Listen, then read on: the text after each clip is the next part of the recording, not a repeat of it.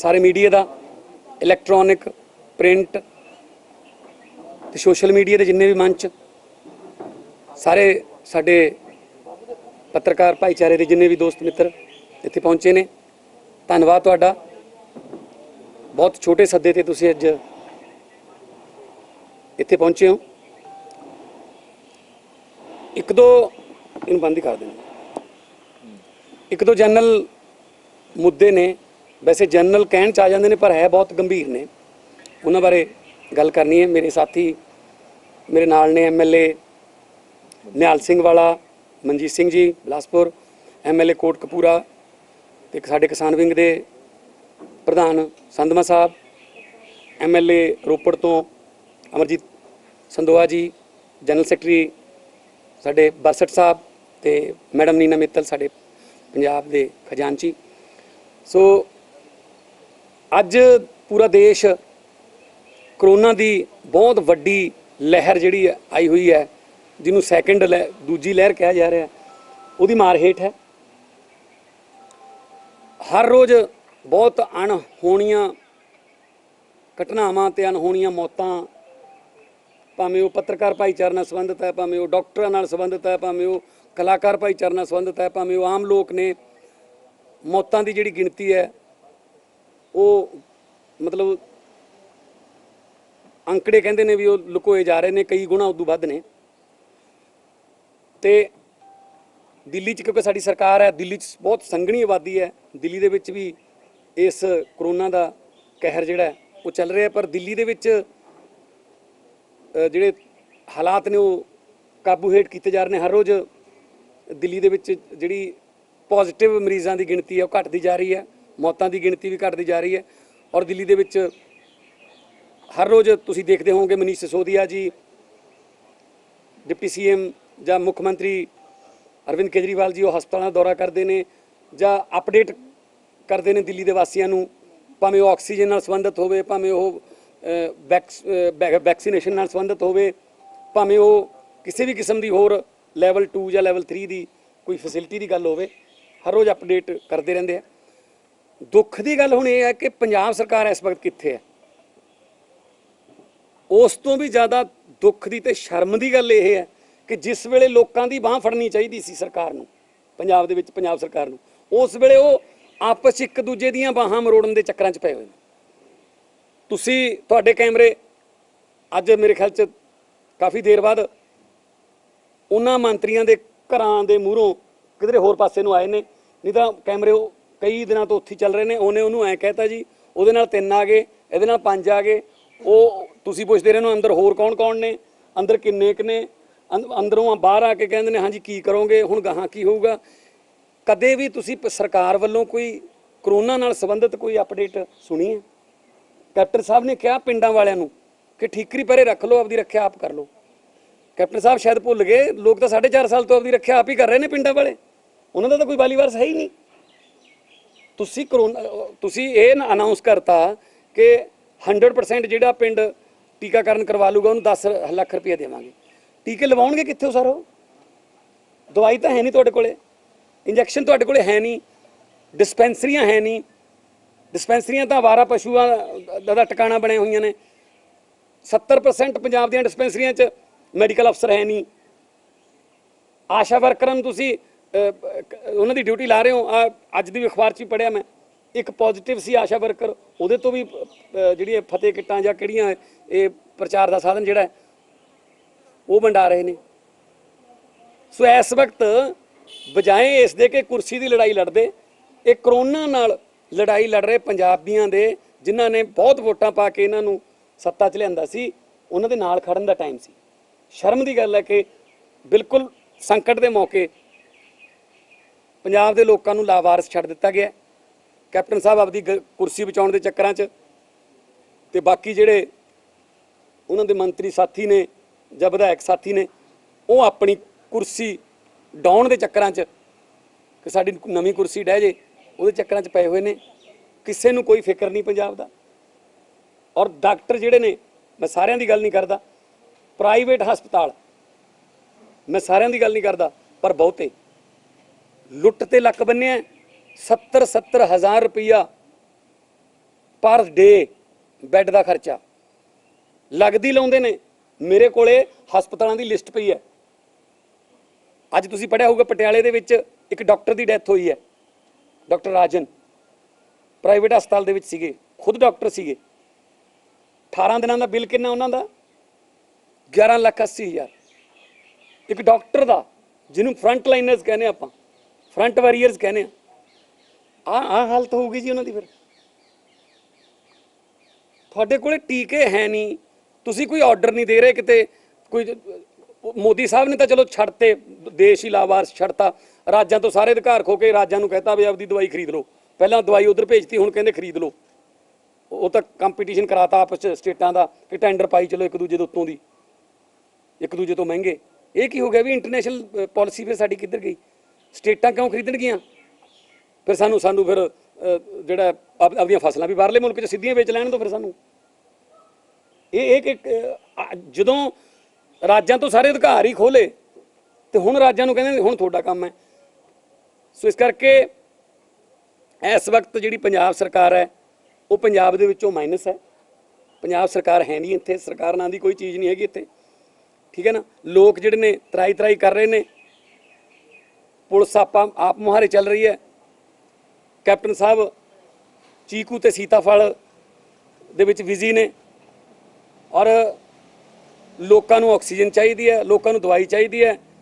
ਲੋਕਾਂ ਦਾ ਵਿਸ਼ਵਾਸ ਉੱਠ ਗਿਆ ਸਰਕਾਰੀ ਤੰਤਰ ਤੋਂ। ਲੋਕ ਸਰਕਾਰੀ ਹਸਪਤਾਲ 'ਚ ਜਾਣ ਨੂੰ ਮੌਤ ਦਾ ਵਾਰੰਟੀ ਸਮਝਣ ਲੱਗੇ, ਕਿਉਂਕਿ ਉਹਨਾਂ ਦੇ ਸਾਹਮਣੇ ਕੋਈ ਇਹੋ ਜਿਹੀ ਐਗਜ਼ਾਮਪਲ ਨਹੀਂ ਪੇਸ਼ ਕਰ ਸਕੇ ਕੈਪਟਨ ਸਾਹਿਬ ਜਾਂ ਬਲਵੀਰ ਸਿੱਧੂ ਜੀ ਕਿ ਹਾਂ ਸਰਕਾਰੀ ਹਸਪਤਾਲਾਂ 'ਤੇ ਲੋਕ ਯਕੀਨ ਕਰ ਲੈਣ। ਤੇ ਪ੍ਰਾਈਵੇਟ ਹਸਪਤਾਲਾਂ ਵਾਲੇ ਜਿਨ੍ਹਾਂ ਨੂੰ ਖੁੱਲ੍ਹ ਦੇ ਰੱਖੀ ਹੈ, ਉਹ ਲੱਖ ਰੁਪਏ ਦਾ ਟੀਕਾ, ਜਿਹੜੇ ਟੀਕੇ ਦੀ ਲੋੜ ਹੀ ਨਹੀਂ, ਉਹ ਲੱਖ ਰੁਪਏ ਦਾ ਟੀਕਾ ਬਾਹਰੋਂ ਮੰਗਵਾ ਰਹੇ ਨੇ। ਜਦੋਂ ਮਿਲਦਾ ਨਹੀਂ ਰਿਸ਼ਤੇਦਾਰਾਂ ਨੂੰ, ਫਿਰ ਉਹ ਕਹਿੰਦੇ ਨੇ ਸਾਡੇ ਕੋਲ ਪ੍ਰਬੰਧ ਹੋ ਗਿਆ, ਇੰਨੇ ਪੈਸੇ ਲੱਗਣਗੇ।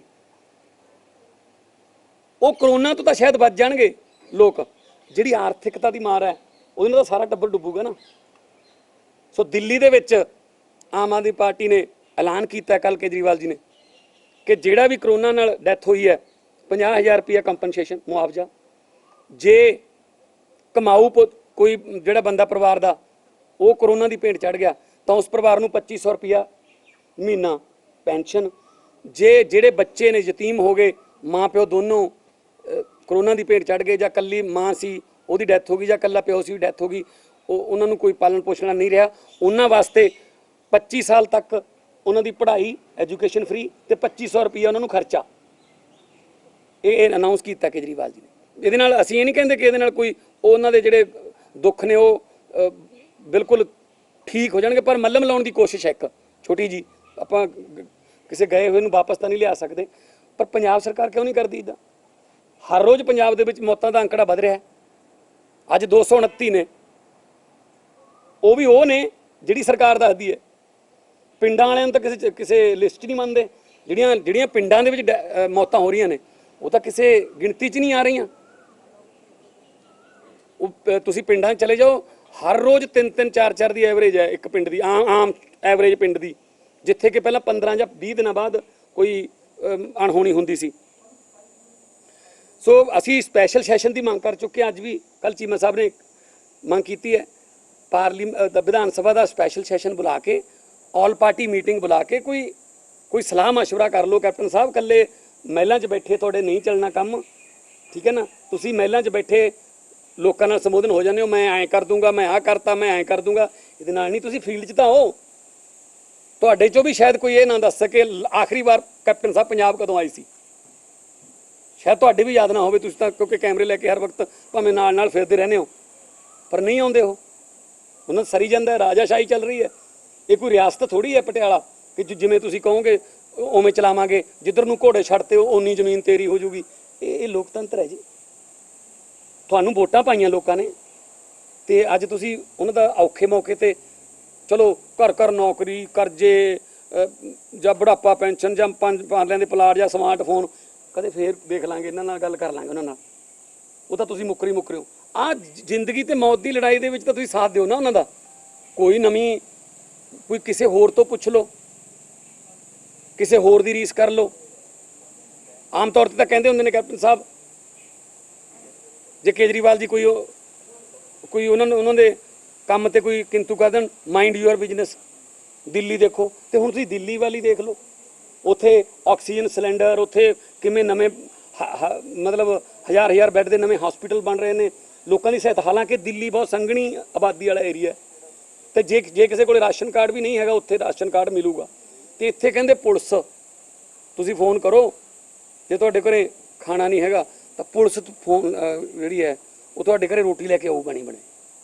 ਲੋਕ ਤਾਂ ਵੈਸੇ ਹੀ ਨਹੀਂ ਚਾਹੁੰਦੇ ਸਾਡੇ ਘਰੇ ਪੁਲਿਸ ਆਵੇ, ਉਹ ਤਾਂ ਵੈਸੇ ਹੀ ਆਂਡੇ ਚੱਕੀ ਜਾਂਦੇ ਰੇਹੜੀਆਂ ਤੋਂ, ਉਹਨਾਂ ਤੋਂ ਕੀ ਉਮੀਦ ਕਰਾਂਗੇ ਅਸੀਂ ਕਿ ਉਹ ਸਾਡੇ ਘਰਾਂ 'ਚ ਰੋਟੀਆਂ ਪਹੁੰਚਾ ਦੇਣਗੇ।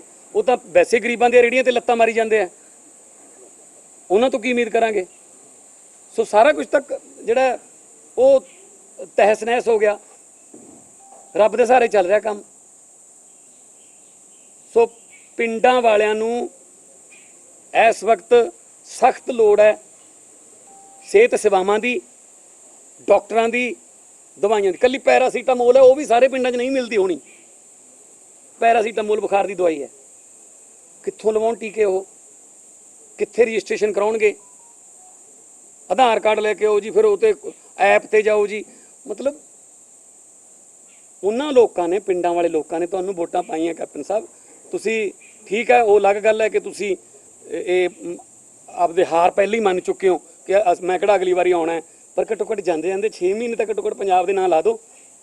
ਜੇ ਨਹੀਂ ਤੁਸੀਂ ਮਤਲਬ ਕਰ ਸਕਦੇ ਤਾਂ ਅਸਤੀਫਾ ਦੇ ਦਿਓ, ਸਰਕਾਰ ਛੱਡ ਦਿਓ ਜੇ ਨਹੀਂ ਚੱਲਦੀ ਤੁਹਾਡੇ ਤੋਂ।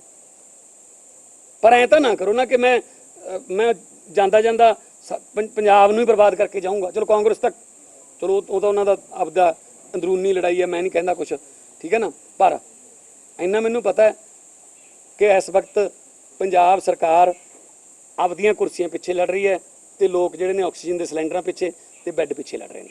ਜੇ ਕੋਈ ਤੁਹਾਡਾ ਕੋਈ ਕੁਐਸਚਨ ਹੋਵੇ ਤਾਂ ਪਲੀਜ਼ ਗੋ ਅਹੈਡ।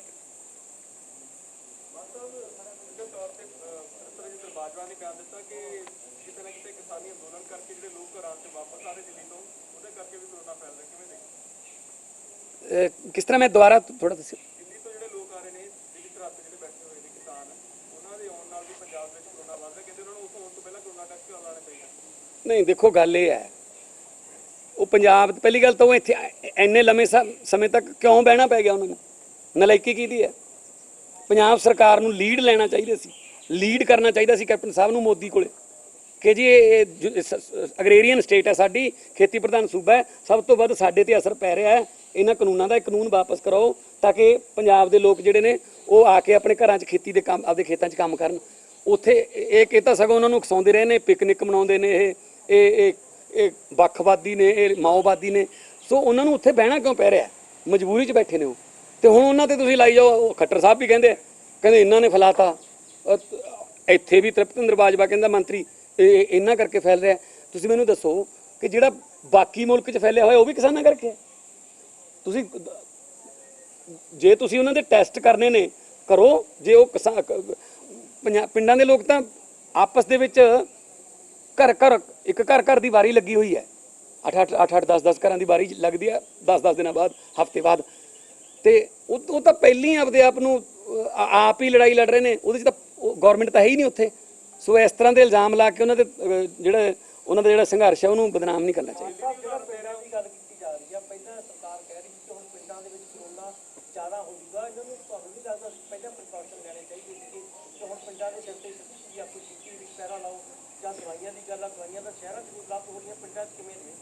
ਦੇਖੋ 1 ਸਾਲ ਤਾਂ ਇਹਨਾਂ ਨੂੰ ਮਿਲ ਗਿਆ ਸੀ। ਸਭ ਤੋਂ ਪਹਿਲਾਂ ਪੰਜਾਬ ਨੇ 22 ਮਾਰਚ ਨੂੰ ਕਰਫਿਊ ਲਾਇਆ ਸੀਗਾ, ਲੋਕਡਾਊਨ 23 ਨੂੰ ਹੋਇਆ, ਆਪਣੇ 23 ਮਾਰਚ ਨੂੰ 20 ਨੂੰ। ਤਾਂ ਫਿਰ 1 ਸਾਲ ਕੀ ਕਰਦੇ ਰਹੇ ਇਹ?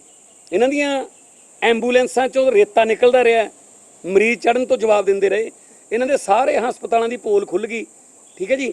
ਤੇ ਉਸ ਤੋਂ ਬਾਅਦ ਇਹਨਾਂ ਨੇ ਕੀ ਕੀਤਾ, ਜਿਹੜੇ ਹਾਇਰ ਕੀਤੇ ਸੀ MBBS ਡਾਕਟਰ ਇਕੱਲੇ ਕਰੋਨਾ ਵਾਸਤੇ, ਲੱਖ ਸਵਾ ਲੱਖ ਰੁਪਇਆ ਮਹੀਨੇ ਦੀ ਤਨਖਾਹ ਤੇ ਜਿਹੜੇ ਹੈਲਥ ਵਰਕਰ ਹੋਰ ਕੀਤੇ ਸੀ, 2 ਮਹੀਨਿਆਂ ਬਾਅਦ 3 ਮਹੀਨਿਆਂ ਦਾ ਐਗਰੀਮੈਂਟ ਕਰਕੇ 2 ਮਹੀਨਿਆਂ ਬਾਅਦ ਉਹਨਾਂ ਨੂੰ ਵਾਪਸ ਭੇਜਤਾ ਕਿ ਮਿਸ਼ਨ ਫਤਿਹ ਕੰਪਲੀਟ ਹੋ ਗਿਆ, ਕਰੋਨਾ ਖਤਮ ਹੋ ਗਿਆ, ਤੁਸੀਂ ਆਪਣੇ ਘਰੇ ਜਾਓ। ਹੁਣ ਉਹਨਾਂ ਨੂੰ ਵਾਪਸ ਬੁਲਾ ਰਹੇ ਨੇ, ਫਿਰ ਆ ਜਾਓ। ਫਿਰ ਫਤਿਹ ਕਿੱਧਰ ਗਿਆ ਜੀ? ਇਹ ਮਿਸ਼ਨ ਫੇਲ ਹੈ, ਫਤਿਹ ਕਿੱਟਾਂ ਨਹੀਂ ਲੱਭਦੀਆਂ। ਕੀ ਹੈ ਉਹ 'ਚ? ਮੈਂ ਸੰਗਰੂਰ ਤੋਂ ਹਾਂ, ਲੋਕਾਂ ਦਾ ਚੁਣਿਆ ਹੋਇਆ ਨੁਮਾਇੰਦਾ। ਸੰਗਰੂਰ ਸ਼ਹਿਰ ਹੈ ਤੇ ਸੰਗਰੂਰ ਦੇ ਵਿੱਚ ਸਿਵਲ ਹਸਪਤਾਲ ਦੇ ਵਿੱਚ ਇੱਕ ਵੈਂਟੀਲੇਟਰ ਹੈ, ਉਹਨੂੰ ਵੀ ਚਲਾਉਣ ਵਾਸਤੇ ਡਾਕਟਰ ਹੈ ਨਹੀਂ ਸਪੈਸ਼ਲਿਸਟ, ਉਹ ਵੈਂਟੀਲੇਟਰ ਵੀ ਪਟਿਆਲੇ ਦੇਤਾ। ਫਿਰ ਹੁਣ ਸੰਗਰੂਰ ਦਾ ਜਿਹੜਾ ਸਿਵਲ ਹਸਪਤਾਲ ਹੈ ਸਿਰਫ ਰੈਫਰੈਂਸ ਸੈਂਟਰ ਹੈ, ਜਿੰਨੇ ਵੀ ਸਰਕਾਰੀ ਹਸਪਤਾਲ ਨੇ ਰੈਫਰੈਂਸ ਸੈਂਟਰ ਨੇ ਕਿ ਜੀ ਉੱਥੇ ਪਟਿਆਲੇ ਭੇਜ ਦਿਓ, ਲੁਧਿਆਣੇ ਭੇਜ ਦਿਓ।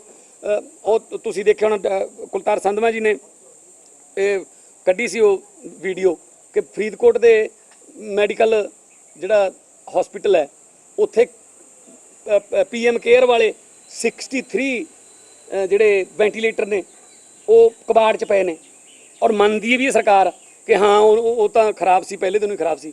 ਆਹ ਤਾਂ ਸਾਡੀ ਸਹੂਲਤਾਂ ਨੇ, ਫਿਰ ਅਪਡੇਟ ਕਿਵੇਂ ਕਰਨਗੇ, ਕਿਵੇਂ ਪਹੁੰਚਾਉਣਗੇ ਪਿੰਡਾਂ 'ਚ ਦਵਾਈਆਂ। ਸੋ ਇਸ ਕਰਕੇ ਕਿਉਂਕਿ ਪਤਾ ਕੀ ਹੈ, ਆ ਜਿਹੜੀ ਲੜਾਈ ਚੱਲ ਰਹੀ ਹੈ ਉਹ ਇਸੇ ਕਰਕੇ ਚੱਲ ਰਹੀ ਹੈ ਨਾ। ਉਹ 'ਚ ਹਰੇਕ ਮੰਤਰੀ ਇਹ ਕਹਿੰਦਾ ਕੈਪਟਨ ਸਾਹਿਬ ਜੇ ਸਜ਼ਾ ਨਾ ਦਿੱਤੀ ਬੇਅਦਬੀ ਵਾਲਿਆਂ ਨੂੰ, ਜੇ ਬਾਦਲਾਂ ਨੂੰ ਅੰਦਰ ਨਾ ਕੀਤਾ, ਸਾਨੂੰ ਲੋਕਾਂ ਨੇ ਪਿੰਡਾਂ 'ਚ ਨਹੀਂ ਵੜਨ ਦੇਣਾ। ਸੋ ਪਿੰਡਾਂ 'ਚ ਤਾਂ ਮੰਤਰੀ ਜਾਣ ਤੋਂ ਵੈਸੇ ਹੀ ਡਰਦੇ ਨੇ, ਦਵਾਈ ਕਿਵੇਂ ਲੈ ਕੇ ਜਾਣਗੇ ਉੱਥੇ। ਸੋ ਪਿੰਡਾਂ ਵਾਲੇ ਲੋਕਾਂ ਨੂੰ ਪਹਿਲਾਂ ਵੀ ਇਹਨਾਂ ਨੇ ਕਿਸਮਤ ਦੇ ਸਹਾਰੇ ਛੱਡਿਆ ਸੀ, ਹੁਣ ਵੀ ਕਿਸਮਤ ਦੇ ਸਹਾਰੇ ਛੱਡਿਆ। ਸਰਕਾਰ ਅੰਕੜੇ ਲੁਕਾ ਰਹੀ ਹੈ, ਮੌਤਾਂ ਦੇ ਅੰਕੜੇ ਲੁਕਾ ਰਹੀ ਹੈ, ਤੁਹਾਨੂੰ ਕੀ ਲੱਗਦਾ ਹੈ ਕਿ ਫਿਰ ਮੌਤਾਂ ਕਿੰਨੀਆਂ ਹੋ ਰਹੀਆਂ ਨੇ ਜਿਹਦੇ ਸਰਕਾਰ ਅੰਕੜੇ ਕਿਉਂ ਲੁਕਾ ਰਹੀ ਹੈ? ਦੇਖੋ ਇੰਟਰਨੈਸ਼ਨਲ ਮੀਡੀਆ ਦੱਸ ਰਿਹਾ, ਜੇ ਤੁਸੀਂ ਭਾਵੇਂ ਉਹ ਨਿਊਯਾਰਕ ਟਾਈਮਜ਼ ਹੈ, ਭਾਵੇਂ ਵਾਸ਼ਿੰਗਟਨ ਪੋਸਟ ਹੈ, ਭਾਵੇਂ ਹੋਰ ਇੰਟਰਨੈਸ਼ਨਲ ਜਿਹੜੀਆਂ ਮੀਡੀਆ ਦੀਆਂ ਮੰਚ ਨੇ, ਕਿ ਇੱਥੋਂ ਤੱਕ ਵੀ ਕਹਿ ਰਹੇ ਨੇ ਕਿ 10 ਗੁਣਾ ਜਿਹੜੀਆਂ ਮੌਤਾਂ ਨੇ 10 ਗੁਣਾ ਤੱਕ ਛੁਪਾਈਆਂ ਜਾ ਰਹੀਆਂ ਨੇ। ਤੇ ਜਿਹੜੇ ਗੰਗਾ ਦੇ ਕਿਨਾਰੇ ਜੋ ਹਾਲਾਤ ਨੇ, ਤੇ ਫਿਰ ਉਹ ਮੌਤਾਂ ਕਿਹੜੇ ਖਾਤੇ 'ਚ ਪਾਈਆਂ ਨੇ। ਪੰਚਾਇਤੀ ਚੋਣਾਂ ਵੇਲੇ ਯੂਪੀ ਦੇ ਵਿੱਚ ਹੁਣ ਹੋਈਆਂ ਨੇ, ਤਾਂ ਟੀਚਰ ਯੂਨੀਅਨ ਇਹ ਕਹਿੰਦੀ ਹੈ ਕਿ 1600 ਟੀਚਰ ਦੀ ਮੌਤ ਹੋ ਗਈ ਜਿਹੜੇ ਪੰਚਾਇਤੀ ਚੋਣਾਂ ਵੇਲੇ ਡਿਊਟੀ ਸੀ, ਤੇ ਯੋਗੀ ਸਰਕਾਰ ਕਹਿੰਦੀ ਹੈ 3 ਦੀ ਮੌਤ ਹੋਈ ਹੈ। ਗੁਜਰਾਤ ਦੇ ਵਿੱਚ 1 ਮਾਰਚ ਤੋਂ ਲੈ ਕੇ 10 ਮਈ ਤੱਕ ਗੁਜਰਾਤ ਸਟੇਟ ਨੇ 1,23,000 ਡੈਥ ਸਰਟੀਫਿਕੇਟ ਜਾਰੀ ਕੀਤੇ ਨੇ, ਤੇ ਫਿਰ ਜਿਹੜਾ ਕਰੋਨਾ ਦੀ ਫਿਗਰ ਆ ਉਹਦੇ ਨਾਲੋਂ 58,000 ਜ਼ਿਆਦਾ ਨੇ। ਫਿਰ ਉਹ ਕੌਣ ਨੇ ਜੀ? ਸੋ ਇਸ ਕਰਕੇ ਇਹ ਆਪਦੀ ਛਵੀ ਬਚਾਉਣ ਦੇ ਚੱਕਰਾਂ 'ਚ ਨੇ ਕਿ ਜੇ ਕੋਈ ਟਵਿੱਟਰ ਤੇ ਕਿਸੇ ਨੇ ਕੁਝ ਲਿਖਤਾ ਉਹਨੂੰ ਫੜ ਲਓ, ਜੇ ਕਿਸੇ ਨੇ ਕੋਈ ਪੋਸਟਰ ਲਾਤਾ ਉਹਨੂੰ ਫੜ ਲਓ, ਹੈ ਕੋਈ ਐਂਬੂਲੈਂਸ ਲਈ ਜਾਂਦਾ ਸਾਨੂੰ ਕਿਉਂ ਨਹੀਂ ਪੁੱਛ ਕੇ ਲੈ ਕੇ ਗਿਆ, ਤੂੰ ਐਂਬੂਲੈਂਸ ਐਂ ਕਿਉਂ ਸੇਵਾ ਕਰੀ ਜਾਂਦਾ। ਸੋ ਇਹ ਜਿਹੜੀ ਲੜਾਈ ਹੈ ਨਾ, ਅਸਲ 'ਚ 27-28 ਜਨਵਰੀ ਨੂੰ ਜਿਹੜਾ ਮੋਦੀ ਜੀ ਨੇ ਦੌਸ ਦੇ ਵਿੱਚ ਭਾਸ਼ਣ ਦਿੱਤਾ ਸੀ ਨਾ, ਇਹ ਉਹਨੂੰ ਬਚਾਉਂਦੇ ਫਿਰਦੇ ਆ। ਉਹ ਤਾਂ ਇਹ ਕਹਿਤਾ ਉੱਥੇ ਗੱਲ ਛੱਡਤੀ ਕਿ ਭਾਰਤ ਨੇ ਕੰਟਰੋਲ ਕਰ ਲਿਆ, ਭਾਰਤ ਹੁਣ ਵਿਸ਼ਵ ਗੁਰੂ ਬਣ ਗਿਆ, ਹੁਣ ਅਸੀਂ ਪੂਰੀ ਦੁਨੀਆ ਨੂੰ ਦੱਸਾਂਗੇ ਕਰੋਨਾ ਤੋਂ ਕਿਵੇਂ ਬਚੀਦਾ ਹੁੰਦਾ। ਤੇ 2 ਮਹੀਨੇ ਬਾਅਦ ਹੀ ਭਾਰਤ ਜਿਹੜਾ ਆ ਹਾਲ ਤੱਕ। ਪਹਿਲੀ ਗੱਲ ਤਾਂ ਵਿਲ ਪਾਵਰ, ਪਹਿਲਾਂ ਦੱਸੋ ਤਾਂ ਸਹੀ ਸੱਚ ਕੀ ਹੈ। ਤੁਸੀਂ ਲੁਕੋ ਕੇ ਕਿ ਨਹੀਂ ਅੰਕੜੇ ਆ ਨੇ, WHO ਦੀਆਂ ਨਕਲੀ ਤੁਸੀਂ ਉਹ ਬਣਾ ਲੀਆਂ ਕਿ ਯੂਪੀ ਦੀ ਤਾਰੀਫ ਕਰਤੀ, ਕਦੋਂ ਕਰਤੀ WHO ਨੇ ਤਾਰੀਫ ਯੂਪੀ ਦੀ। ਸੋ ਪਹਿਲੀ ਗੱਲ ਤਾਂ ਪ੍ਰਧਾਨ ਮੰਤਰੀ ਤੇ ਗ੍ਰਹਿ ਮੰਤਰੀ ਆਪ ਕਿੱਥੇ ਨੇ? ਰੈਲੀ ਹੋਵੇ ਦੋਨੋਂ ਐਂ ਭੱਜ ਕੇ ਜਾਂਦੇ ਆ। ਬੰਗਾਲ ਚੋਂ ਬੜੀ ਮੁਸ਼ਕਲ ਨਾਲ ਬਾਂਹ ਫੜ ਕੇ ਲਿਆਂਦੇ ਨੇ ਵੀ ਬਸ ਕਰੋ ਹੁਣ ਪ੍ਰਚਾਰ ਖਤਮ ਹੋ ਗਿਆ। ਉਹ ਕਹਿੰਦੇ ਨਹੀਂ ਹੋਰ ਕਰਾਂਗੇ ਰੈਲੀਆਂ। ਤੇ ਇਹ ਉਹੀ ਬੰਗਾਲ ਜਿਹੜਾ ਹਾਰ ਗਏ ਹੁਣ ਉਹ ਤੋਂ ਬਾਅਦ ਬਦਲੇ ਲਈ ਜਾਂਦੇ ਆ, ਕਦੇ CBI ਭੇਜਤੀ, ਕਦੇ ਇਹ ਤਾਂ ਹੋਰ ਕੰਮਾਂ ਤੇ ਲੱਗੇ ਹੋਏ ਜੀ, ਇਹਨਾਂ ਨੂੰ ਕੋਈ ਪਤਾ ਹੀ ਨਹੀਂ। ਉਹ ਹੈ ਨਾ ਇੱਕ ਸ਼ੇਰ ਹੈ कि जिनको चुना ही था उनके कत्ल के हुनर देखकर, जिनको चुना ही था उनके कत्ल के हुनर देखकर अब आंखें क्यों नम हो रही हैं लाशों के शहर देखकर। वो इन्होंने की दर्द है जी। दिल्ली सरकार ना किन्ना है मतरेई मां वाला सलूक करते रहे, आप दिल्ली च रहिंदे नहीं जी। इन्नी हाई कोर्ट सुप्रीम कोर्ट तक जाना पिया जी, ऑक्सीजन दे सिलेंडर तो दो। दिल्ली के लोग भी देश के नागरिक ने। महाराष्ट्र जिथे जिथे इन्हां दी गवर्नमेंटां नहीं है तंग करन ते लगे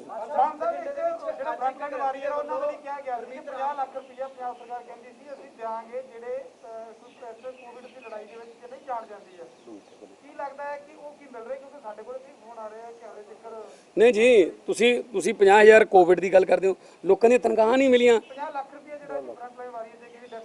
ना जी। 50 ਲੱਖ की कित्थे तुसी गल करते हो। अज मैं अखबार पढ़िया उत्थे फिरोजपुर की ਜਿਹੜੀ ਭਗਤ ਸਿੰਘ ਸਟੇਟ ਯੂਨੀਵਰਸਿਟੀ ਹੈ ਉਹਦੇ ਮੁਲਾਜ਼ਮਾਂ ਨੂੰ 7 ਮਹੀਨੇ ਤੋਂ ਤਨਖਾਹ ਨਹੀਂ ਮਿਲੀ। ਬੱਚਿਆਂ ਨੇ ਖੂਨ ਨਾਲ ਚਿੱਠੀ ਲਿਖੀ ਹੈ ਕੈਪਟਨ ਸਾਹਿਬ ਨੂੰ ਕਿ ਕਿਰਪਾ ਕਰਕੇ ਸਾਡੇ ਪਾਪਾ ਦੀ ਤਨਖਾਹ ਜਾਰੀ ਕਰ ਦਿਓ, ਅਸੀਂ ਰੋਟੀ ਖਾਣੀ ਹੈ। ਸਭ ਕੁਝ ਤਾਂ ਦੇਖੋ ਲੋਕਡਾਊਨ ਪਿਛਲੀ ਵਾਰ ਵੀ ਕੀਤਾ ਇੱਦਾਂ।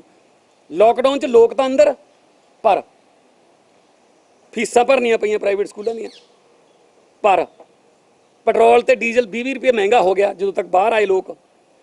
ਦੁਕਾਨਦਾਰਾਂ ਦੇ ਬੰਦ ਦੁਕਾਨਾਂ ਦੇ ਬਿਜਲੀ ਦੇ ਬਿੱਲ ਆਏ, ਕੋਈ ਕੰਪਨਸੇਸ਼ਨ ਦਿੱਤੀ ਕਿ ਕਿਸੇ ਪਾਸੇ ਤਾਂ ਰਾਹਤ ਦੀ ਕੋਈ? ਹਾਂਜੀ, ਕੁਝ ਵੀ ਨਹੀਂ ਮਿਲਿਆ ਜੀ। ਜਦ ਇੱਕ ਪਾਸੇ ਮਿਲਿਆ ਵੀ ਹੋਵੇ ਤਾਈਓ, ਨਹੀਂ ਤਾਂ ਸਾਨੂੰ ਇਹ ਕਹਿਣ ਦੀ ਕੀ ਲੋੜ ਪੈਣੀ ਸੀ। ਅਸੀਂ ਕੋਈ ਇੱਥੇ ਰਾਜਨੀਤੀ ਕਰਨ ਥੋੜੀ ਆਏ ਆ। ਅਸੀਂ ਤਾਂ ਹੁਣ ਵੀ ਕਹਿੰਦੇ, ਹੁਣ ਵੀ ਜਾਗ ਜਾਓ, ਤੁਸੀਂ ਨਿਕਲੋ ਬਾਹਰ ਇਸ ਲੜਾਈ ਚੋਂ, ਕਿਰਪਾ ਕਰਕੇ ਲੋਕਾਂ ਦੇ ਨਾਲ ਖੜੋ, ਉਹਨਾਂ ਦੀ ਸਾਰ ਲਓ। ਸਿਰਫ ਆਪਦੇ ਚੁਣੇ ਹੋਏ ਸਰਪੰਚਾਂ ਨਾਲ ਗੱਲ ਕਰ ਲਈ, ਐਂ ਕਰ ਦੋ, ਐਂ ਕਰ ਦੋ, ਐਂ ਨਹੀਂ ਕਰ ਦੋ, ਮਤਲਬ ਗਵਰਨਮੈਂਟ ਕਿੱਥੇ ਆ ਫਿਰ? ਮਾਨ ਸਾਹਿਬ, ਅੱਜ ਬਠਿੰਡਾ ਦੇ ਵਿੱਚ ਇੱਕ ਗ੍ਰੰਥੀ ਦੇ ਵੱਲੋਂ ਬਲਾਤਕਾਰੀ ਬਾਬੇ ਗੁਰਮੀਤ ਰਾਮ ਰਹੀਮ ਦੇ ਰਿਹਾਈ ਦੇ ਲਈ ਅਰਦਾਸ, ਭਾਜਪਾ ਹੈ ਉਹਦਾ ਇੱਥੇ ਮੁੱਖ ਮੰਤਰੀ ਬਣੇ ਪੰਜਾਬ ਦੇ ਵਿੱਚ, ਸਾਰੇ ਮੁੱਦੇ ਤੁਸੀਂ ਮੈਨੂੰ ਮੇਰੇ ਕੋਲ ਇਹਦੀ ਕੋਈ ਇਨਫੋਰਮੇਸ਼ਨ ਨਹੀਂ, ਪਰ ਉਹਨਾਂ ਨੇ ਕਿਹਾ ਦਲਿਤ ਮੁੱਖ ਮੰਤਰੀ ਪ੍ਰਧਾਨ ਮੰਤਰੀ ਨੇ ਕਿਹਾ ਕਿ ਬੀਜੇਪੀ ਨੇ ਰਾਜ ਬਣੂਗਾ, ਇਸ ਲਈ ਪ੍ਰਧਾਨ ਮੰਤਰੀ ਦੇ ਹੱਕ ਵਿੱਚ ਵੀ ਅਰਦਾਸ ਕੀਤੀ ਉਹਨਾਂ ਨੇ। ਇਹ ਤਾਂ ਦੇਖੋ ਧਾਰਮਿਕ ਮਸਲਾ ਹੈ, ਤਾਂ ਫਿਰ ਸਾਡੇ ਜਿਹੜੇ ਧਰਮ ਦੇ ਜਿਹੜੇ ਗੁਣੀ ਗਿਆਨੀ ਨੇ ਲੋਕ, ਉਹਨਾਂ ਨੂੰ ਇਹਦਾ ਸੰਗਿਆਨ ਲੈਣਾ ਚਾਹੀਦਾ। ਮਾਨ ਸਾਹਿਬ, ਪਹਿਲਾਂ ਤੁਸੀਂ ਕਹਿੰਦੇ ਸੀਗੇ ਹਮੇਸ਼ਾ ਕਾਂਗਰਸ ਜਿਹੜੀ ਕਿ ਆਮ ਆਦਮੀ ਪਾਰਟੀ ਵੱਲੋਂ ਗੱਲ ਕੀਤੀ ਜਾਂਦੀ ਸੀਗੀ ਦਿੱਲੀ ਮਾਡਲ ਦੀ, ਪੰਜਾਬ ਸਰਕਾਰ ਹੁਣ ਕਹਿ ਰਹੀ ਹੈ ਕਿ ਦਿੱਲੀ ਮਾਡਲ ਫੇਲ ਹੋ ਚੁੱਕਿਆ ਹੈ, ਪਹਿਲੀ ਗੱਲ। ਦੂਜੀ ਗੱਲ ਇਹ ਕਿ ਹੁਣ ਤੁਹਾਡੇ ਵੱਲੋਂ ਐਲੀਗੇਸ਼ਨ ਜ਼ਰੂਰ ਲਾਇਆ ਗਿਆ, ਲੇਕਿਨ ਤੁਹਾਡੇ ਐਮਐਲਏ, ਤੁਹਾਡੇ ਵਰਕਰਸ ਕੀ ਕਰ ਰਹੇ ਨੇ ਇਸ ਵਕਤ ਫੀਲਡ ਦੇ ਵਿੱਚ? ਸਾਡੇ ਕਿਵੇਂ ਲੋਕਾਂ ਦੀ ਸੇਵਾ ਕਰ ਰਹੇ ਆ, ਕਰੋਨਾ ਦੇ ਵਿੱਚ ਕੁਝ ਲੋਕਾਂ ਦੀ ਮਦਦ ਕਰ ਰਹੇ ਆ? ਹਾਂਜੀ, ਹਰ ਰੋਜ਼ ਸਾਡੇ ਜਿਹੜੇ ਵਲੰਟੀਅਰ ਨੇ, ਅਸੀਂ ਉਹਨਾਂ ਨੂੰ ਕਿਹਾ ਹੋਇਆ, ਕਿਸੇ ਨੂੰ ਕਿਸੇ ਕਿਸਮ ਦੀ ਕੋਈ ਹੈਲਪ ਚਾਹੀਦੀ ਹੈ, ਕਿਸੇ ਨੂੰ ਕੋਈ ਆਕਸੀਜਨ ਸਿਲੰਡਰ ਵਾਸਤੇ ਹੈਲਪ ਚਾਹੀਦੀ ਹੈ, ਮੇਰੇ ਕੋਲੇ ਦਿਨ 'ਚ ਘੱਟੋ ਘੱਟ 40-50 ਫੋਨ ਆਉਂਦੇ ਨੇ।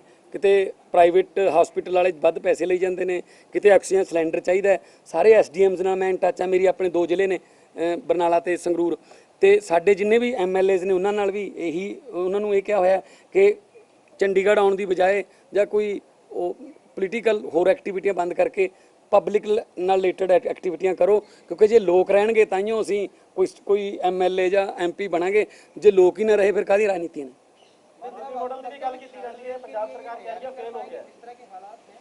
ਦੇਖੋ, ਤੀਜੀ ਲਹਿਰ ਦੀ ਥਰਡ ਵੇਵ ਦੇ ਹੁਣ ਦੇ ਰਹੇ ਨੇ ਸਾਇੰਟਿਸਟ ਜਿਹੜੇ ਉਹ ਹਿੰਟ, ਪਿਛਲੀ ਵਾਰ ਸੈਕੰਡ ਦੇ ਵੀ ਦਿੱਤੇ ਸੀ, ਤਾਂ ਉਹ ਕਹਿ ਰਹੇ ਨੇ ਕਿ ਮੋਦੀ ਜੀ ਨੇ ਨਹੀਂ ਸੁਣੀ, ਤੇ ਇਹਨੂੰ ਸੀਰੀਅਸ ਲੈਣਾ ਚਾਹੀਦਾ। ਮਤਲਬ ਦੇਖੋ, ਇਹ ਨਾ ਤਾਂ ਇਹ ਬਿਮਾਰੀ ਜਿਹੜੀ ਅਮੀਰੀ ਗਰੀਬੀ ਦੇਖਦੀ ਹੈ, ਨਾ ਕੋਈ ਅਹੁਦਾ ਦੇਖਦੀ ਹੈ। ਡਾਕਟਰ ਅਗਰਵਾਲ ਜਿਹੜੇ ਕਿ ਪਦਮ ਸ਼੍ਰੀ ਸੀਗੇ ਤੇ ਆਈਐਮਏ ਦੇ, ਇੰਡੀਅਨ ਮੈਡੀਕਲ ਐਸੋਸੀਏਸ਼ਨ ਦੇ ਪ੍ਰਧਾਨ ਰਹੇ, ਹਰ ਰੋਜ਼ ਲੈਕਚਰ ਦਿੰਦੇ ਸੀ, ਉਹਨਾਂ ਦੀ ਮੌਤ ਹੋ ਗਈ। ਔਰ ਬੜੇ ਯੰਗ ਮੁੰਡਾ ਸਾਡੇ ਨਾਲ ਉੱਥੇ ਕਾਂਗਰਸ ਦੇ ਵਿੱਚ ਐਮਐਲਏ ਐਮਪੀ ਰਿਹਾ 14 ਤੋਂ 19 ਤੱਕ, ਹੁਣ ਰਾਜ ਸਭਾ ਸੀ, ਰਾਜੀਵ ਸਾਤਵ, ਯੂਥ ਦੇ ਕਾਂਗਰਸ, ਉਹਨਾਂ ਦੀ ਡੈਥ ਹੋ ਗਈ। ਹਰ ਰੋਜ਼ ਹੁਣ ਤਾਂ ਜਦੋਂ ਡਰ ਕੇ ਖੋਲ੍ਹਦੇ ਆ, ਜਦੋਂ ਫੇਸਬੁੱਕ ਜਾਂ ਜਿਹੜਾ ਟਵਿੱਟਰ ਹੈ, ਕਿਸੇ ਨਾ ਕਿਸੇ ਦਾ ਤਾਂ ਕੋਈ ਦੁੱਖ ਦੀ ਖਬਰ, ਹਰ ਦੂਜਾ ਤੀਜਾ ਜਿਹੜਾ ਟਵੀਟ ਹੈ ਉਹ ਕਿਸੇ ਨਾ ਕਿਸੇ ਦੁੱਖ ਦਾ ਹੀ ਹੈ। ਸੋ ਇਸ ਘੜੀ, ਇਸ ਦੁੱਖ ਦੀ ਘੜੀ 'ਚ ਆਪਾਂ ਨੂੰ ਸਾਰਿਆਂ ਨੂੰ ਰਲ ਕੇ ਇਹਦਾ ਸਾਹਮਣਾ ਕਰਨਾ ਚਾਹੀਦਾ, ਬਸ਼ਰਤੇ ਕਿ ਸਾਨੂੰ ਸਰਕਾਰਾਂ ਸਾਥ ਦੇ ਦੇਣ। ਤੁਸੀਂ ਦੇਖਿਆ ਰਾਜੀਵ ਪ੍ਰਤਾਪ ਰੂਡੀ, ਉਹ 52-60 ਐਂਬੂਲੈਂਸਾਂ ਤੇ ਤਰਪਾਲ ਪਾਈ ਖੜਾ, ਤੇ ਉੱਥੋਂ ਦੇ ਲੋਕ ਰਿਕਸ਼ਿਆਂ 'ਚ ਆਪਣੇ ਪਰਿਵਾਰਾਂ ਨੂੰ ਚੱਕੀ ਫਿਰਦੇ ਆ, ਤੇ ਉਹ ਜਿਹੜੇ ਬੰਦੇ ਨੇ ਕੱਢਿਆ ਇਹ ਵੀ ਆਹ ਦੇਖੋ ਕੀ ਹਾਲਤ ਹੈ, ਉਹਨੂੰ ਅੰਦਰ ਕਰਤਾ। ਕੋਈ 39-40 ਸਾਲ ਪੁਰਾਣਾ ਮੁਕੱਦਮਾ ਪੱਪੂ ਯਾਦਵ ਤੇ। ਸੋ ਆਹ ਕੰਮਾਂ ਦਾ ਟਾਈਮ ਨਹੀਂ ਹੈਗਾ ਹੁਣ ਟਾਈਮ ਹੈਗਾ ਕਿ ਓਕੇ ਜੇ ਆ ਲੱਭ ਗਈਆਂ, ਕੋਈ ਗੱਲ ਨਹੀਂ, ਬਾਅਦ 'ਚ ਗੱਲ ਕਰ ਲਾਂਗੇ ਵੀ ਕਿਉਂ ਖੜੀਆਂ ਸੀ, ਕਿਹੜਾ ਇਹਨਾਂ ਨੂੰ ਕੰਮ ਤੇ ਲਾਓ। ਸੋ ਮਤਲਬ ਅੱਜ ਆਰਐਸਐਸ ਵਾਲਿਆਂ ਨੇ ਕੈਂਪ ਲਾਇਆ ਖੂਨਦਾਨ ਕੈਂਪ ਰੋਪੜ ਦੇ ਵਿੱਚ, ਕਿਸਾਨਾਂ ਨੇ ਉੱਥੇ ਜਾ ਕੇ ਉਹਨਾਂ ਨੂੰ ਉਠਾ ਦਿੱਤਾ, ਕਹਿੰਦੇ ਅਸੀਂ ਕੈਂਪ ਨਹੀਂ ਲਾਉਣ ਦਾਂਗੇ ਆਰਐਸਐਸ ਵਾਲਿਆਂ ਨੂੰ। ਕਿਵੇਂ ਦੇਖਦੇ? ਦੇਖੋ, ਗੁੱਸਾ ਜੀ ਇਹ ਨਾ, ਉਹਨਾਂ ਦੀ ਭਾਵਨਾਵਾਂ ਨੂੰ ਸਮਝਣਾ ਚਾਹੀਦਾ। ਉਹ ਕੋਈ ਸ਼ੌਕ ਨੂੰ ਨਹੀਂ ਐ ਕਰ ਰਹੇ, ਸ਼ੌਕ ਨੂੰ ਨਹੀਂ ਉਹ ਕੋਈ ਟੋਲ ਪਲਾਜ਼ਿਆਂ ਤੇ ਬੈਠੇ, ਸ਼ੌਕ ਨੂੰ ਨਹੀਂ ਕੋਈ ਉੱਥੇ ਉਹ ਬਾਰਡਰਾਂ ਤੇ ਬੈਠੇ, ਠੀਕ ਹੈ ਨਾ। ਉਹਨਾਂ ਦਾ ਗੁੱਸਾ ਹੈ ਜੀ ਕਿ ਉਹਨਾਂ ਨਾਲ ਗੱਲ ਹੀ ਨਹੀਂ ਕਰਦੇ। ਹੁਣ ਫੇਰ ਸੁਣਨੇ ਛੱਡਤੇ, ਹੁਣ ਉਹਨਾਂ ਨੇ ਉੱਥੇ ਜਾ ਕੇ ਤੋਮਰ ਨੂੰ ਘੇਰ ਲਿਆ। ਮਤਲਬ ਕੀ ਆ? ਉਹ ਤੋਮਰ ਨੂੰ ਘੇਰਨ ਵਾਸਤੇ ਕੋਈ ਟੀਵੀ ਤੇ ਆਉਣ ਲਈ ਜਾਂ ਕੋਈ ਫੋਟੋ ਖਿਚਾਉਣ ਲਈ ਥੋੜੀ ਕਰਦੇ।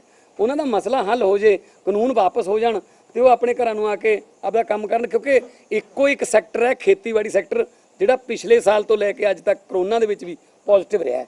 ਜੇ ਖੇਤੀਬਾੜੀ ਸੈਕਟਰ ਜਿਹੜਾ ਹੈ ਉਹ ਨੈਗੇਟਿਵ ਚਲਾ ਗਿਆ, ਫਿਰ ਆਪਾਂ ਨੂੰ ਕਣਕ ਤੇ ਬਾਕੀ ਖਾਣ ਪੀਣ ਦਾ ਸਮਾਨ ਵੀ ਬਾਹਰੋਂ ਮੰਗਵਾਉਣਾ ਪਊਗਾ। ਫਿਰ ਤੁਹਾਨੂੰ ਕੀ ਲੱਗਦਾ ਪ੍ਰਧਾਨ ਮੰਤਰੀ ਨੂੰ ਇਸ ਵੇਲੇ ਕੀ ਐਕਸ਼ਨ ਲੈਣਾ ਚਾਹੀਦਾ ਹੈ ਕਿਸਾਨ ਅੰਦੋਲਨ ਪ੍ਰਤੀ? ਕਿਸਾਨ ਅੰਦੋਲਨ ਜਿਹੜੇ ਕਾਨੂੰਨ ਨੇ ਉਹ ਵਾਪਸ ਲੈ ਕੇ ਕਿਸਾਨਾਂ ਨੂੰ ਇਹ ਕਹਿਣਾ ਚਾਹੀਦਾ ਕਿ ਓਕੇ, ਜਾ ਕੇ ਤੁਸੀਂ ਘਰੇ ਆਪਣੇ ਕੰਮ ਕਰੋ, ਕਾਨੂੰਨ ਵਾਪਸ ਹੋ ਗਏ, ਬਾਅਦ 'ਚ ਕਦੇ ਫੇਰ ਦੇਖ ਲਾਂਗੇ, ਦੇਸ਼ ਸੰਕਟ 'ਚ ਹੈ। ਮਾਨ ਸਾਹਿਬ, ਜਦੋਂ ਕਿਸਾਨਾਂ ਦੀ ਗੱਲ ਤੁਰਦੀ ਹੈ, ਅਰਵਿੰਦ ਕੇਜਰੀਵਾਲ ਸਾਹਿਬ ਕਹਿੰਦੇ ਨੇ ਪੰਜਾਬ 'ਚ ਜੇ ਸਰਕਾਰ ਬਣ ਜਾਂਦੀ ਹੈ ਆਮ ਆਦਮੀ ਦੀ, ਤਾਂ ਕਿਸਾਨਾਂ ਦਾ ਮਸਲਾ ਹੱਲ ਹੋਏਗਾ, ਕਿਸਾਨਾਂ ਨੂੰ ਸਵਾਮੀਨਾਥਨ ਦੀ ਰਿਪੋਰਟ ਤੇ ਜਿਹੜੀ ਉਹ ਲਾਗੂ ਕਰਕੇ ਉਸ ਦੇ ਉੱਤੇ ਫਸਲ ਦੀ ਖਰੀਦ ਹੋਈ। ਪਰ ਦਿੱਲੀ ਦੇ ਵਿੱਚ ਦੇਖਿਆ, ਪਿਛਲੇ ਸਾਲ ਦੀ ਗੱਲ ਕਰ ਲਈਏ ਤਾਂ ਇਸ ਸਾਲ ਦੀ ਗੱਲ ਕਰ ਲਈਏ, ਐਮਐਸਪੀ ਤੋਂ ਘੱਟ ਖਰੀਦ ਹੋਈ ਹੈ, ਉਹਦੇ ਬਾਰੇ ਕੀ? ਨਹੀਂ ਦੇਖੋ, ਦਿੱਲੀ ਦੇ ਵਿੱਚ ਕੀ ਆ, ਜਿਹੜਾ ਦਿੱਲੀ ਦਾ ਉਪਜ ਹੈ ਨਾ, ਪੰਜਾਬ ਦੀ ਉਪਜ ਨਾਲ ਤਾਂ ਕਿਤੇ ਨੇੜੇ ਤੇੜੇ ਵੀ ਨਹੀਂ ਖੜਦੀ। ਠੀਕ ਹੈ ਨਾ, ਦਿੱਲੀ ਕੋਲੇ 80,000 ਏਕੜ ਜ਼ਮੀਨ ਹੈ, ਇੱਥੇ ਆਪਣੇ 10 ਪਿੰਡਾਂ ਦੀ 80,000 ਹੋ ਜਾਂਦੀ ਹੈ। ਠੀਕ ਹੈ ਨਾ, ਇੱਥੇ ਸਵਾਮੀਨਾਥਨ ਲਾਗੂ ਹੋਵੇ ਤਾਂ ਬਹੁ ਗਿਣਤੀ ਨੂੰ ਫਾਇਦਾ ਹੋਊਗਾ ਸਵਾਮੀਨਾਥਨ। ਸੋ ਦਿੱਲੀ ਸਰਕਾਰ ਪਹਿਲੇ ਦਿਨੋਂ ਅਸੀਂ ਜੋ ਵੀ ਕੁਝ ਕਰ ਸਕਦੇ ਹਾਂ ਉਹਨਾਂ ਦੇ ਨਾਲ ਖੜੇ ਹਾਂ। ਇੱਥੋਂ ਵੀ ਤੁਹਾਡੇ ਨਾਲ ਪ੍ਰੈਸ ਕਾਨਫਰੰਸ ਜਦੋਂ ਜੂਨ ਦੇ ਵਿੱਚ ਜਦੋਂ ਪਹਿਲੀ ਵਾਰ ਇਹ ਆਰਡੀਨੈਂਸ ਆਏ ਸੀ ਉਦੋਂ ਤੋਂ ਲੈ ਕੇ ਅਸੀਂ ਉਹਨਾਂ ਦੇ ਨਾਲ ਖੜੇ ਹਾਂ। ਸਾਡੇ ਵਲੰਟੀਅਰ ਨੇ ਜਿੰਨੇ ਵੀ ਉੱਥੇ ਨਾਲ ਗਏ ਹੋਏ ਨੇ, ਜਦੋਂ ਵੀ ਜਿੱਥੇ ਵੀ ਮੌਕਾ ਮਿਲਦਾ ਅਸੀਂ ਉਹਨਾਂ ਦਾ ਸਾਥ ਨੇ। ਪਾਰਲੀਮੈਂਟ ਸਭ ਤੋਂ ਵੱਧ ਅਸੀਂ ਉਹਨਾਂ ਦੇ ਹੱਕ 'ਚ ਬੋਲਦੇ ਹਾਂ। ਸੋ ਅਸੀਂ ਤਾਂ ਜੇ ਸਾਡੀ ਸਰਕਾਰ ਆਉਂਦੀ ਹੈ ਤਾਂ ਅਸੀਂ ਕਿਸਾਨਾਂ ਦੇ ਜਿਹੜੇ ਮਸਲੇ ਨੇ ਉਹ ਪਹਿਲ ਦੇ ਆਧਾਰ ਤੇ ਹੱਲ ਕਰਾਂਗੇ। ਮਸਲਾ ਬੜਾ ਸਿਆਸੀ ਮਸਲਾ ਬਣਿਆ ਹੋਇਆ ਬੇਅਦਬੀ ਦਾ ਤੇ ਕੋਟਕਪੂਰਾ ਗੋਲੀकांड ਦਾ। ਸੁਖਬੀਰ ਸਿੰਘ ਬਾਦਲ ਨੇ ਪੋਸਟ ਪਾਈ ਸੀ, ਤੁਹਾਡੇ ਵੀ ਧਿਆਨ ਚ ਆਈ ਹੋਣੀ ਹੈ। ਸਾਫ਼ ਤੌਰ ਤੇ ਤੁਹਾਡਾ ਨਾਮ ਵੀ ਉਹਨਾਂ ਨੇ ਵਿੱਚ ਟੈਗ ਕੀਤਾ ਕਿ ਜੇ ਤੁਹਾਡੇ ਕੋਲ ਕੋਈ ਸਬੂਤ ਹੈਗੇ, ਆਮ ਆਦਮੀ ਪਾਰਟੀ ਪਿਛਲੇ 4.5 ਸਾਲ ਤੋਂ ਰੌਲਾ ਪਾ ਰਹੀ ਹੈ, ਸਬੂਤ ਹੈਗੇ ਤਾਂ ਦੇ ਦਿਓ। ਸਬੂਤ ਕਿਉਂ ਰੱਖੇ ਹੋਏ? ਮੈਂ ਹੈਰਾਨ ਇਸ ਗੱਲ ਤੋਂ ਆ ਕਿ ਜਿਹੜਾ ਸਬੂਤ ਮਿਟਾਉਣ ਵਾਲਾ ਉਹ ਸਬੂਤ ਮੰਗੀ ਜਾਂਦਾ ਹੈ, ਜਿਹਦਾ ਕੰਮ ਸਬੂਤ ਲੱਭਣਾ ਸੀ ਉਹ ਸਬੂਤ ਮੰਗੀ ਜਾਂਦਾ ਹੈ। 2 ਸਾਲ ਉਹ ਗ੍ਰਹਿ ਮੰਤਰੀ ਸੀ। ਮੈਂ ਇੱਕ ਸਬੂਤ ਦਿੰਦਾ, ਲਿਖ ਲਿਓ, 2-3 ਨੇ। ਜਦੋਂ ਗ੍ਰਹਿ ਮੰਤਰੀ ਸੀ ਕੋਟਕਪੂਰੇ ਗੋਲੀ ਦਾ ਆਰਡਰ ਕਿਹਨੇ ਦਿੱਤਾ? ਇਹ ਸਬੂਤ ਨਹੀਂ। ਜੇ ਗ੍ਰਹਿ ਮੰਤਰੀ ਸੀ ਪਰਮਰਾਜ ਉਬਰਾ ਨੰਗਲ ਨੂੰ ਉੱਥੇ ਭੇਜਣ ਦਾ ਆਰਡਰ ਕਿਹਦਾ ਸੀ? ਇਹ ਸਬੂਤ ਨਹੀਂ। ਗ੍ਰਹਿ ਮੰਤਰੀ ਸੀ ਤਾਂ ਅਨਆਇਡੈਂਟੀਫਾਈਡ ਪੁਲਿਸ ਕਿਵੇਂ ਗੋਲੀਆਂ ਚਲਾ ਗਈ?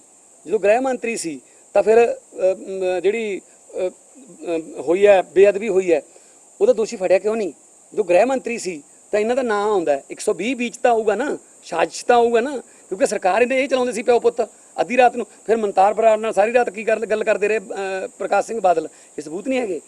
ਤੇ ਹਰੇਕ SIT ਨੂੰ ਇਹ ਖਤਮ ਕਰ ਦਿੰਦੇ ਨੇ, ਨਹੀਂ ਜੀ ਨਹੀਂ, ਇਹ ਵੀ ਨਹੀਂ, ਇਹ ਵੀ ਨਹੀਂ, ਇਹ ਵੀ ਨਹੀਂ। ਸੋ ਇਹ ਤਾਂ ਹੁਣ ਪਤਾ ਹੀ ਲੱਗ ਗਿਆ। ਤਾਂ ਹੁਣ ਕਾਂਗਰਸ ਆਪ ਕਹਿ ਰਹੀ ਹੈ ਕਿ ਭਾਈ ਅਸੀਂ ਇਸ ਵਾਅਦੇ ਤੋਂ ਮੁੱਕਰ ਗਏ, ਸਾਡਾ ਬੰਦਾ ਬਾਦਲਾਂ ਨੂੰ ਬਚਾਉਣ ਤੇ ਲੱਗਿਆ ਹੋਇਆ। ਇੱਕ ਟਵਿੱਟਰ ਵਾਰ ਚੱਲ ਰਹੀ ਹੈ ਲਗਾਤਾਰ। ਨਵਜੋਤ ਸਿੰਘ ਸਿੱਧੂ ਟਵੀਟ ਕਰ ਰਹੇ ਨੇ, ਉਹਨਾਂ ਦੇ ਨਾਲ ਦੇ ਸਾਥੀ MLA ਜਿਹੜੇ ਨੇ ਉਹ ਵੀ ਲਗਾਤਾਰ ਮੁਖਾਤਬ ਕਰ ਰਹੇ ਨੇ। ਲੱਗਦਾ ਕਿ ਉਹਦੀ ਸਿਆਸਤ ਹੋ ਰਹੀ ਹੈ, ਉਹ ਨਹੀਂ ਹੋਣੀ ਚਾਹੀਦੀ, ਹੱਲ ਹੋਣਾ ਚਾਹੀਦਾ। ਨਵੀਂ SIT ਬਾਰੇ ਤੁਹਾਡਾ ਕੀ ਜਾਣ ਹੈਗਾ? ਨਵੀਂ ਦੇਖੋ 7 ਸਾਲ ਹੋ ਗਏ ਜੀ, ਕੋਈ ਹੱਲ ਨਹੀਂ ਨਿਕਲਿਆ। ਹੁਣ 6 ਮਹੀਨਿਆਂ 'ਚ ਕੀ ਕਰ ਦੇਣਗੇ? ਨਵੀਂ SIT ਬਿਠਾਤੀ, ਫਿਰ ਇੱਕ ਹੋਰ ਪਰਮਾਰ ਵਾਲੀ SIT, ਇੱਕ ਹੋਰ ਨਵੀਂ ਬਣਾਤੀ ਨੌਨਿਹਾਲ ਵਾਲੀ SIT। ਜਿਹੜੀਆਂ ਸਿੱਟਾਂ ਨੇ ਪੰਜਾਬ 'ਚ ਉਹ ਬੇਸਿੱਟਾਂ ਨੇ। ਕੋਈ ਕਿਸੇ ਸਿੱਟ ਦਾ ਕੋਈ ਸਿੱਟਾ ਨਹੀਂ ਨਿਕਲਿਆ। ਸਿੱਟ ਬਣਾ ਦਿਓ, ਖਤਮ। ਸਿੱਟ ਬਣਾ ਦਿਓ, ਮਾਮਲਾ ਖਤਮ, ਠੰਡੇ ਵਾਸਤੇ 'ਚ। ਸੋ ਇਸ ਕਰਕੇ ਜਨਤਾ ਦੀ ਕਚਹਿਰੀ 'ਚ ਜਾਣਾ ਪਊਗਾ ਨਾ ਹੁਣ। ਇਸੇ ਕਰਕੇ ਡਰਦੇ ਨੇ ਸਾਰੇ। ਜੋ ਜਨਤਾ ਦੀ ਕਚਹਿਰੀ ਜਾਣਗੇ ਉੱਥੇ ਵਕੀਲ ਨਹੀਂ ਲੱਭਣੇ ਇਹਨਾਂ ਨੂੰ। ਸਿੱਧੂ ਲਗਾਤਾਰ ਟਵਿੱਟਰ ਅਟੈਕ ਕਰ ਰਹੇ ਨੇ, ਟਵੀਟ ਤੋਂ ਅਟੈਕ ਕਰ ਰਹੇ ਨੇ, ਲਗਾਤਾਰ ਟਵੀਟ ਪਾ ਰਹੇ ਨੇ। ਉਹਨਾਂ ਦੀ ਭੂਮਿਕਾ ਕਿਵੇਂ ਦੇਖਦੇ ਹੋ ਤੁਸੀਂ ਆਪਣੇ ਤਰਫ? ਮੈਂ ਵੀ ਟਵਿੱਟਰ ਪੜ੍ਹ ਲੈਣਾ ਉਹਨਾਂ ਦੇ, ਮੈਂ ਇੰਨੇ ਕੀ ਦੇਖਦਾ, ਬਾਕੀ ਉਹਨਾਂ ਨੂੰ ਪੁੱਛ ਲਿਓ। ਹਾਂਜੀ ਨਹੀਂ, ਜੇ ਹੁਣ ਤੁਸੀਂ ਆਪਦੇ ਦੇਖੋ ਨੈਸ਼ਨਲ ਟੀਮ ਦੇ 15 ਸਾਲ ਮੈਂਬਰ, ਹਾਕੀ ਟੀਮ ਦੇ 10 ਸਾਲ ਕੈਪਟਨ, ਉਹ ਜਿਹੇ ਬੰਦਿਆਂ ਨੂੰ ਜਿਨ੍ਹਾਂ ਨੇ ਹਜ਼ਾਰਾਂ ਵਾਰ ਦੇਸ਼ ਦਾ ਝੰਡਾ ਉੱਚਾ ਕੀਤਾ ਦੁਨੀਆ 'ਚ, ਉਹਨਾਂ ਨੂੰ ਧਮਕੀਆਂ ਆ ਰਹੀਆਂ ਨੇ ਰਾਤ ਨੂੰ 11-11:30 ਵਜੇ ਕਿ ਲੈ ਵੀ ਹੁਣ ਤੈਨੂੰ ਠੋਕਾਂਗੇ, ਲੈ ਹੁਣ ਤੂੰ ਹੋ ਜਾ ਤਿਆਰ ਮਿੱਤਰਾ। ਤੇ ਮਤਲਬ ਇਦੋਂ ਵੱਧ ਫਿਰ ਹੁਣ ਹੋਰ ਕੀ ਹੋ ਜਾਊਗਾ ਕਿ ਸਰਕਾਰ ਜਿਹੜੀ ਹੈ ਉਹ ਲੋਕਾਂ ਦੀ ਬਜਾਏ ਆਪਦੇ ਜਿਹੜੇ ਲੜਾਈ ਹੈ ਉਹਦੇ ਵਿੱਚ ਪੈ ਗਏ। ਮੈਂ ਤਾਂ ਕੀ ਸਲਾਹ ਦੇ ਸਕਦਾ, ਸੀਨੀਅਰ ਨੇ ਜੀ ਮੇਰੇ ਤੋਂ ਨਾ, ਪਰ ਇੰਨਾ ਕਿ ਮੈਨੂੰ ਪਤਾ ਕਿ ਜਿਹੜਾ ਸੱਚਾ ਬੰਦਾ ਹੁੰਦਾ ਉਹ ਆ ਕੇ ਬੋਲ ਲੈਂਦਾ, ਉਹ ਬੋਲ ਪਿਓ। ਤੇ ਕੈਪਟਨ ਸਾਹਿਬ ਨੂੰ ਜਵਾਬ ਦੇਣਾ ਚਾਹੀਦਾ ਕਿ ਧਮਕੀ ਕਿਹਨੇ ਦਿੱਤੀ ਸੀ, ਇਹਦੇ ਬਾਰੇ ਕੁਝ ਨਹੀਂ ਬੋਲਿਆ। ਹਾਂਜੀ ਬਲਕਾਰ, ਇੱਕ ਹੋਰ ਤੁਹਾਨੂੰ ਦੱਸ ਦਈਏ, ਬਲਕਾਰ ਸਿੱਧੂ ਜੀ ਜਿਹੜੇ ਬਹੁਤ ਫੇਮਸ ਸਿੰਗਰ ਨੇ, ਮਸ਼ਹੂਰ ਨੇ, ਤੇ ਉਹ ਆ ਪਾਰਟੀ ਜੁਆਇਨ ਕਰ ਰਹੇ ਆ, ਮਤਲਬ ਰੀਜੁਆਇਨ ਕਰ ਰਹੇ ਆ। ਪਹਿਲਾਂ ਪਾਰਟੀ 'ਚ ਸੀਗੇ ਤੇ ਪਰ ਕੋਈ ਗੱਲ ਨਹੀਂ, ਕਾਂਗਰਸ ਛੱਡ ਕੇ ਤੇ ਅੱਜ ਉਹ ਭਰਾ ਸਾਡਾ